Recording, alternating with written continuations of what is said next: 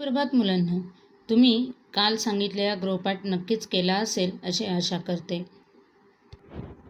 काल आपण भेटी लागी जीवा ही संतवाणी बघितली.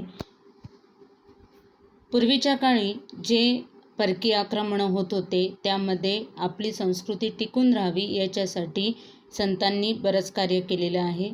मग देवाबद्दलची ओढ कशी टिकून राहावी, सकारात्मक दृष्टिकोन कसा ठेवावा हे त्यांनी आपापल्या अभंगातून वर्णन केलेले आहे. कविता सर्वांना समजलीच असेल. जो गृहपाठ दिला होता त्याची उत्तरे इथे दिलेली आहेत, ती तुम्ही बघून घेऊ शकता. एखाद वेळेला उत्तर चुकलेही असेल तरीसुद्धा प्रयत्न करणं आपण सोडायचं नाही. आता अभिव्यक्ती हा प्रकार आपण बघणार आहोत. पहिला प्रश्न आहे, संत तुकारामांनी पांडुरंगाच्या भेटीबाबत दिलेल्या दृष्टांतातील तुम्हाला आवडलेला दृष्टांत स्पष्ट करा. दृष्टांत म्हणजे उदाहरण. आता आपण 9वीत गेलेलो आहोत, त्याच्यामुळे मी हा प्रकार लिहून देणार नाही. मी जे सांगत आहे ते नीट ऐका आणि त्याच्यानुसार आपलं लेखन करणं आवश्यक आहे. आता संत तुकारामांनी आपल्याला कोणकोणते दृष्टांत दिलेले आहेत? कालच्या गृहपाठामध्ये आपल्याला प्रत्येक ओळीचा अर्थ स्पष्ट करा असाही प्रकार होता. पौर्णिमेचा चंद्र आणि चकोर, दिवाळीचा सण आणि लेक, भुकेलेलं बाळ आणि आई, हे दृष्टांत, हे 3 दृष्टांत इथे दिलेले आहेत. या दृष्टांतानुसार, या उदाहरणानुसार त्यांनी आपली किती ओढ आहे देवाबद्दलची, देवाच्या दर्शनाची, हे त्यांनी स्पष्ट केलेलं आहे. आपला प्रश्न आहे तुम्हाला आवडलेला दृष्टांत. मग याच्यामध्ये तुम्हाला आवडलेला दृष्टांत पौर्णिमेचा चंद्र असेल, दिवाळीचा सण आणि सासूरवाशीण मुलगी असेल, भुकेलेलं बाळ आणि आई असेल. तर याच्यातील कोणताही एक दृष्टांत, एक उदाहरण घ्यायचं. मग त्याची आपल्याला सुरुवात काय करावी लागेल की भेटी लागी जीवा या संतवाणीमध्ये संत तुकाराम यांनी आपल्या मनातील विठ्ठलाच्या भेटीची ओढ समर्पक दृष्टांतातून व्यक्त केली आहे. त्यातील मला आवडलेला दृष्टांत म्हणजे, आता उदाहरण म्हणून मी सांगते, भुकेलेलं बाळ. भुकेलेलं बाळ ज्याप्रमाणे आईसाठी दुःख दाखवते, आई त्याला हवी म्हणून शोक करते, दुःख करते, तो मनापासून आईची वाट पाहत असतो. त्याला कोणतेही आमिष दाखवले, प्रलोभनं दाखवले, त्याचं मन वळवलं तरीसुद्धा तो त्याचं रडणं थांबवत नाही. त्याप्रमाणे हे देवा, मला माझ्या मनामध्ये, माझ्या उरामध्ये फक्त तुझ्या भेटीची, तू माझी माऊली आहेस आणि तुझ्या भेटीची ओढ मला लागलेली आहे. हा दृष्टांत मला आवडला. चकोराच्या दृष्टांतातून संत तुकाराम काय सिद्ध करू इच्छितात ते तुमच्या शब्दात लिहा. चकोर, पौर्णिमेचा चंद्र. आता पौर्णिमा हा शब्द जरी अभंगामध्ये पौर्णिमा लिहिलेला असेल तरी आपण बोलीभाषेमध्ये पौर्णिमा असं लिहितो. मग पौर्णिमेच्या चंद्राचं चांदणं हे चकोरासाठी जीवन आहे. त्याच्यावरच चकोर हा पक्षी जगतो.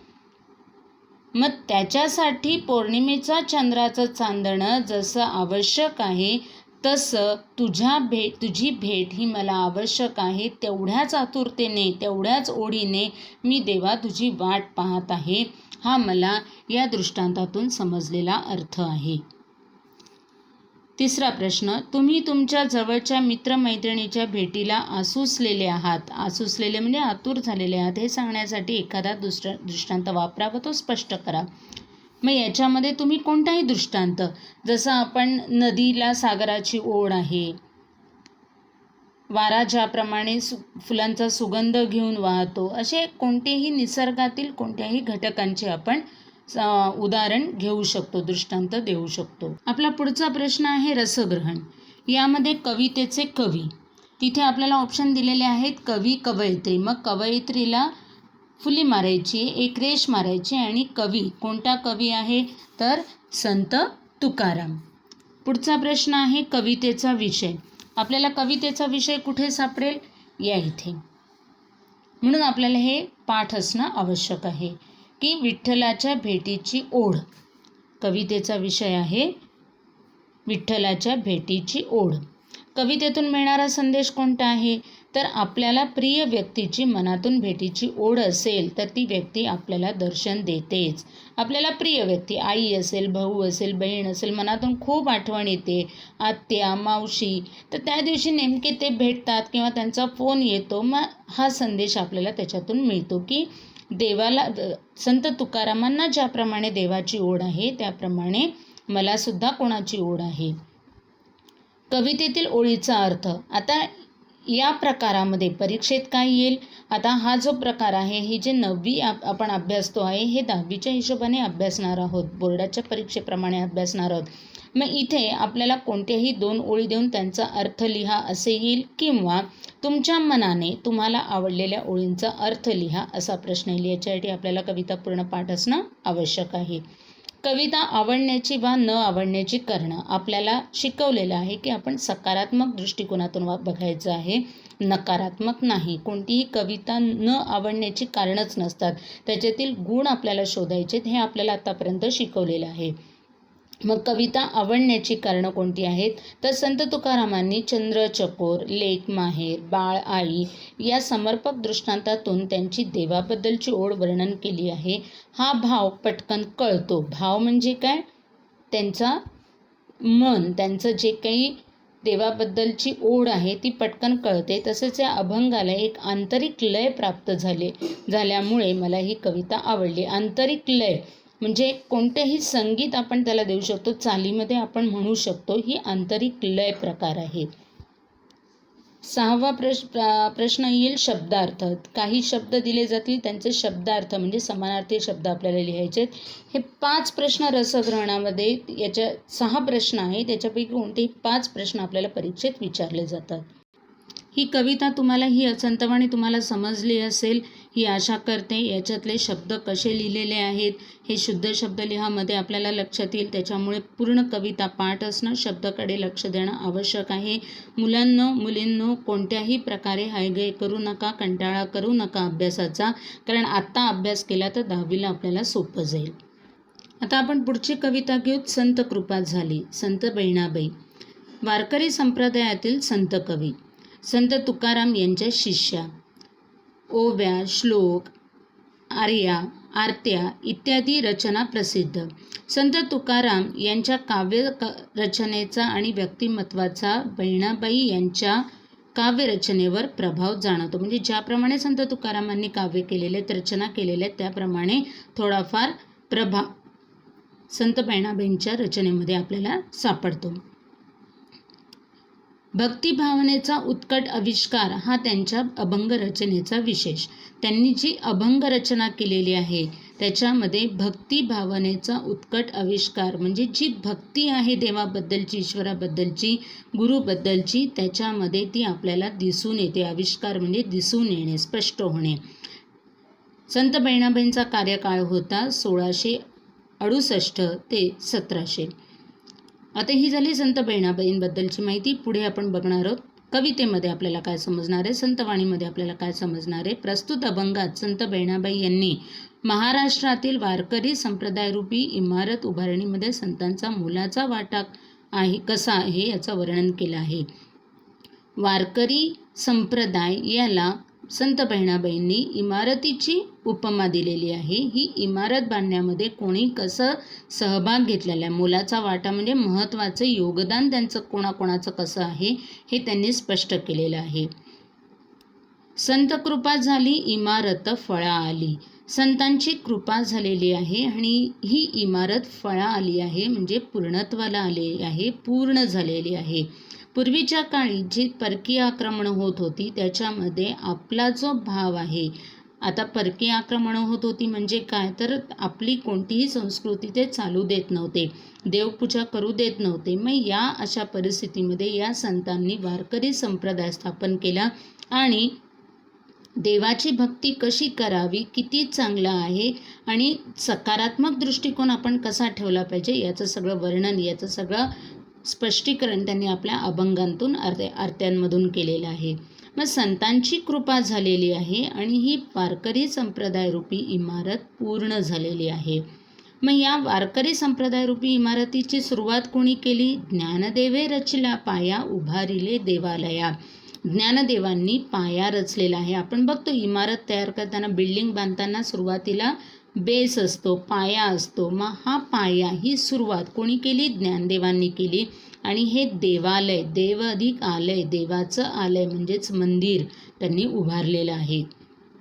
नामातयाचा किंकर तेणे रचिले ते आवार. नामा म्हणजे नामदेव महाराज, संत नामदेव, आणि ते काय आहेत? किंकर म्हणजे दास आहेत. कोणाचे? ज्ञानेश्वरांचे, ज्ञानदेवांचे दास आहेत. किंकर म्हणजे दास, तयाचा म्हणजे त्यांचा.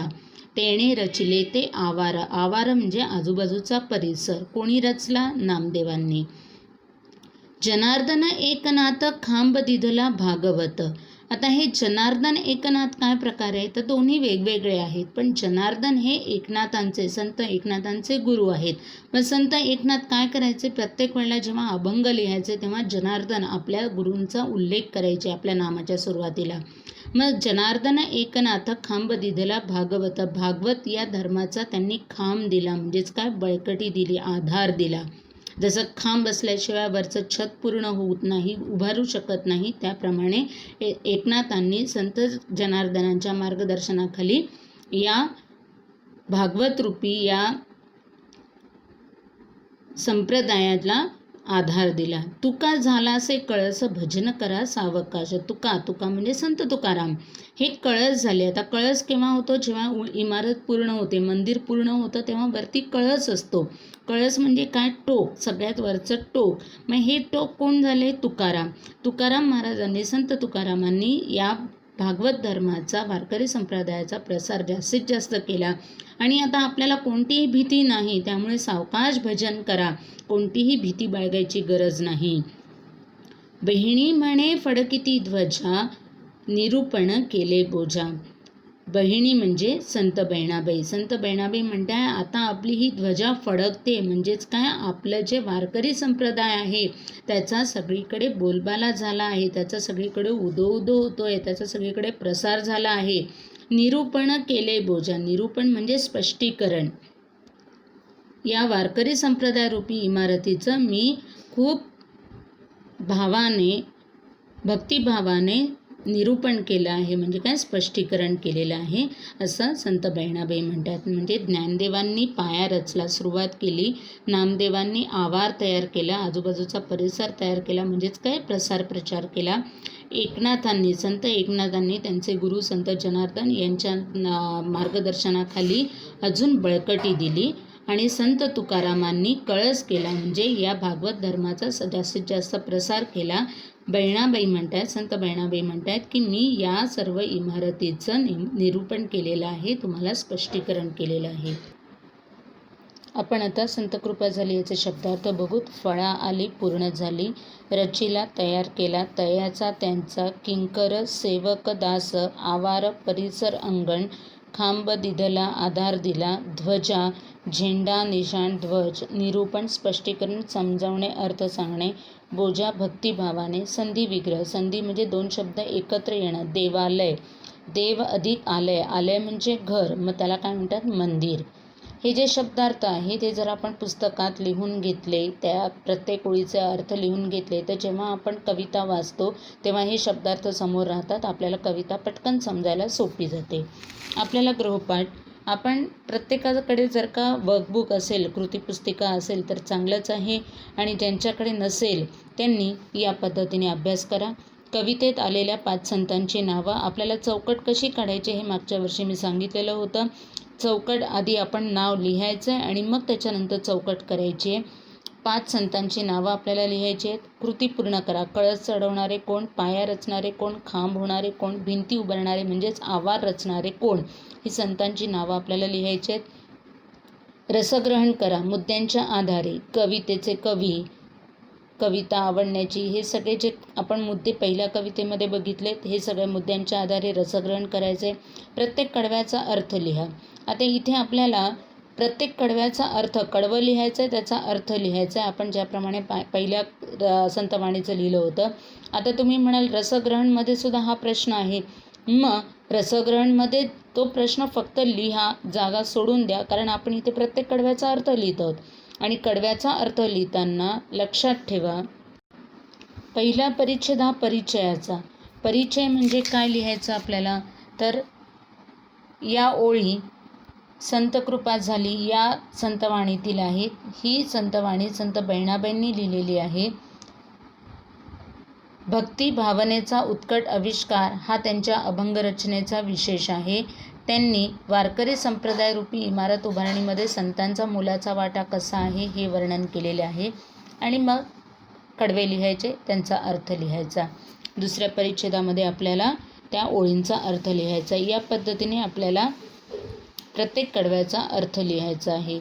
मग तुम्हाला वाटलं तर पहिल्या कडव्याच्या ओळीमध्ये पहिला परिच्छेद लिहा, नंतर मग फक्त अर्थ लिहा. पण लक्षात ठेवायचं आहे की आपल्याला पहिला परिच्छेद हा परिचयाचा लिहिणं आवश्यक आहे. बाकी तुम्ही सगळेजण घरी अभ्यास करत असाल अशी आशा करते. शंका असेल तर विचारू शकता. नक्की अभ्यास करा, कारण पुढल्या वर्षीसाठी ते आवश्यक आहे. अभ्यासाचा कंटाळा करू नका.